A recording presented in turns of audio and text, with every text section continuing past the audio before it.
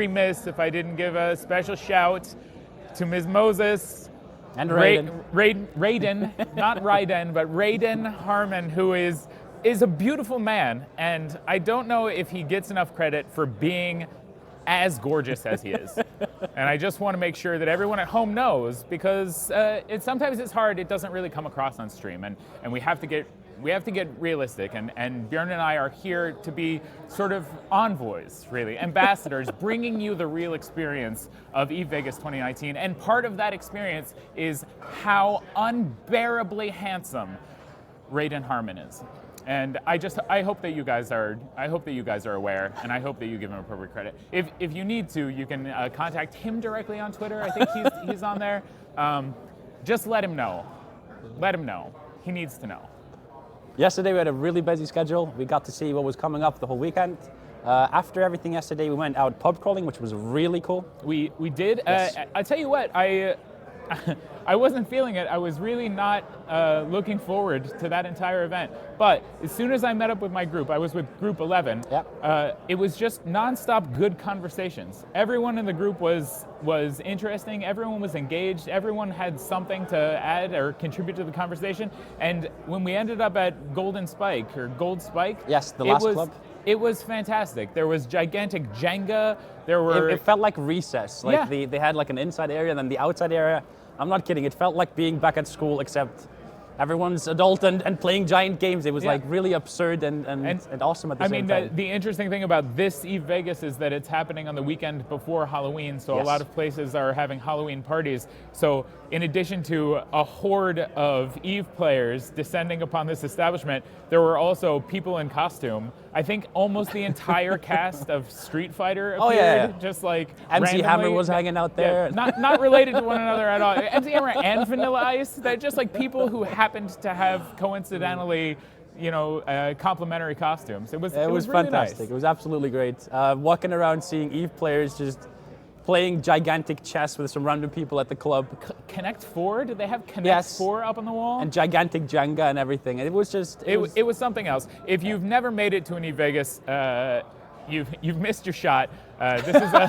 This is a pretty good send-off. I'm not joking when I say I've approached multiple members of our community team and said to them, find a place like this for our parties from now on, because it was just, games are what we love. Yes. And here was a place that presented us with tons of games. If we can't find something similar in San Diego, I'm going to be We're going to find something similar. We have to find a venue like that. But I believe that everyone is getting settled inside the main room, and we're about to throw you over to CCP Rise, the core gameplay updates. Take it away, guys.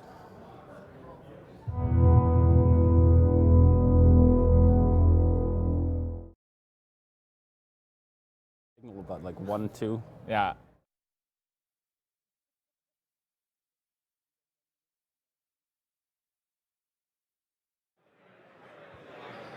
Good morning. Oh. Great to see everybody. Welcome to the talk with the most loaded title imaginable. Hope everybody had fun last night. Feeling fresh? Yeah? Good? Let's see if this works. Gameplay update. So let's just start by telling you what I'm going to try and cover in this hour. So as you heard yesterday, we have ramped up a new team to take on consistent veteran-focused challenge. And we're kind of just now getting up to full speed, so what I want to do here is basically just give you a snapshot of exactly where we're at and what we're working on. I want to talk a little bit about where we're coming from, although I'll leave most of that to Larrikin and Ghost to talk about the summer. But after that, I'll talk more in detail about the releases I told you about yesterday, the Warp Speed release we already did, and then the stuff we have coming up. And then after that, I want to spend some time talking about where we're trying to go, what we think needs attention, and what we're likely to be working on in the near future. So I hope that this will just give us a lot to talk about, set the ground for a lot of feedback, and let you guys know sort of where we're headed. So starting a bit with Chaos Era, I just want to say that we're built very much to try and carry on the positives that we took from the summer, from being more disruptive, taking a braver approach. But the sort of gap between the chaos era changes and now is about trying to set up a structure that could support that in a sustainable way. Because doing chaos era the way it was kind of in the middle of the summer was not, we wouldn't have been able to keep that up without things getting really rough internally. So we're pivoting a bit so that we can do it in a more kind of healthy way. There is a ton of amazing details and nitty-gritty to get into with Larrikin, so I definitely recommend checking out his data talk, and you'll see a lot about the very specific effects of what happened during Chaos Era. But I'm not going to go into that so much, but I do want to say that we're actually working really closely with them to integrate all of their learnings onto what we're doing on our team. Larrikin's actually going to be kind of half-time on Team Talos to give us a lot of input on both the effects of our changes we're going to be making in the future and the stuff that happened over the summer. But I did want to check in a little bit on those learnings from the summer and talk about them some, just so you have context for what we're trying to do. And the biggest area, like I talked about yesterday, was speed and flexibility, and that was really hard for us. And to expand a bit on that, this is what makes things like wormhole and faction warfare changes, that kind of thing, really tough. Because in the structure we usually work in, for those things to get attention or for anything to get attention, it needs to make its way into a full kind of project priority. So for us to do faction warfare rework, it would need to rise above any of the NPE team work or whatever else would be competing with it. And so with faction warfare as an example, it's almost done that 3 times in the last 4 years. It's been the next thing on a backlog of reworks or big projects that would be going to a team for a long period of time.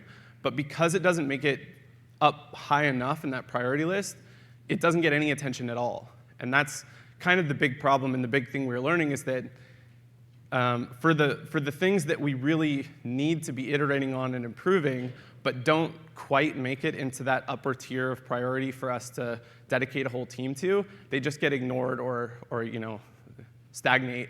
And that's a big issue. So we want some structure where we're able to make changes in areas like that without having to say this team has 3 months to go deep on faction warfare. And then deployment was another big part of that. Just we have a certain deployment process, and that puts a certain amount of delay on everything we do between when we decide to do it and when you get it. We want to speed that up a little bit if we can. Next big area of learning, this bullet should just say understanding the sandbox, basically, because by making these big changes, we learned a lot about how people play and how they're affected. We did something like trying to change the ISK faucet and did that, but did it in this kind of, really simplistic way without understanding where exactly different parts of the faucet come from or who would be affected. And that applies to social group distribution. How are people in really big alliances affected compared to small ones? How are rich players or high-income players affected compared to the low-income? And we're learning a ton about that now, so that's informing a lot of what we're doing afterwards. And then the last one, which is also the point I tried to finish on yesterday, is that big changes have a lot of upsides. One of the biggest ones is just having clear results we can act on. So when we decide whether or not blackout should stay or go, we have really clear information about how to make that decision. Whereas if we do more incremental small changes, it's a lot tougher to tease out what the lesson is. Driving discussion in marketing is another big deal. We really want to focus on this more and try and bring dev and our external communication and marketing more in line so that you guys know what to be excited about, you know what's going on, and it can have a fun discussion about that rather than this shotgun of stuff that's hard to figure out exactly what's important. And then, of course, just challenging you guys and making sure there's actually valuable things coming into the game. So rather than going through all the Chaos Era changes, I just wanted to stop on SINO changes because I was more directly involved with that as an example of how this went. We have been talking about SINO changes for a really long time. Last year in Vegas, I spent 6 hours talking with the same group of players about their frustration with SINOs and response times. And so there's a whole bunch of stuff like this where we've been discussing it for years and years. Null local is another good example. AFK cloaking is another example. There's a whole bunch of things in this category. And usually when they're right on the fence like this, we don't take much action, or if we do, it's really small. So coming out of Vegas last year and talking at the start of this summer, I would have expected we just do a mobile inhib buff to change the situation with SINOs. But with the sort of chaos era mentality, we went much harder to try and get much more extreme results. And that worked out great. It didn't necessarily mean this change was good, but it gave us way more information. The conversation we can have now about what needs to happen with SINOs is a lot clearer and more interesting than it would have been with just a gradual. On the actual SINO results themselves, a whole bunch of things happened we didn't expect. We thought ratting, capital ratting income or mining from rorquals would go down because of the added risk. Turns out that's not the case at all. Once blackout was over, PvE activity from capitals looked exactly like it did beforehand, which is really interesting. There is added risk. The response time's slower, but it didn't keep people from doing those activities, which is actually a great win. I mean, we're happy to have added risk at the same income. That's good. We also totally underestimated the effect on sort of general PvP and roaming. We've heard a lot of feedback that it's been really powerful to have a better kind of idea of what to expect in a fight, whether or not you're going to get dropped, and be able to plan around that, which is really cool. And the biggest surprise, our number one concern, was that this would squash the chance for escalations, that recons would die so fast that big fights just wouldn't happen. And there hasn't been much time yet to know exactly how that's going to pan out, but for now, the feedback we're getting from most FCs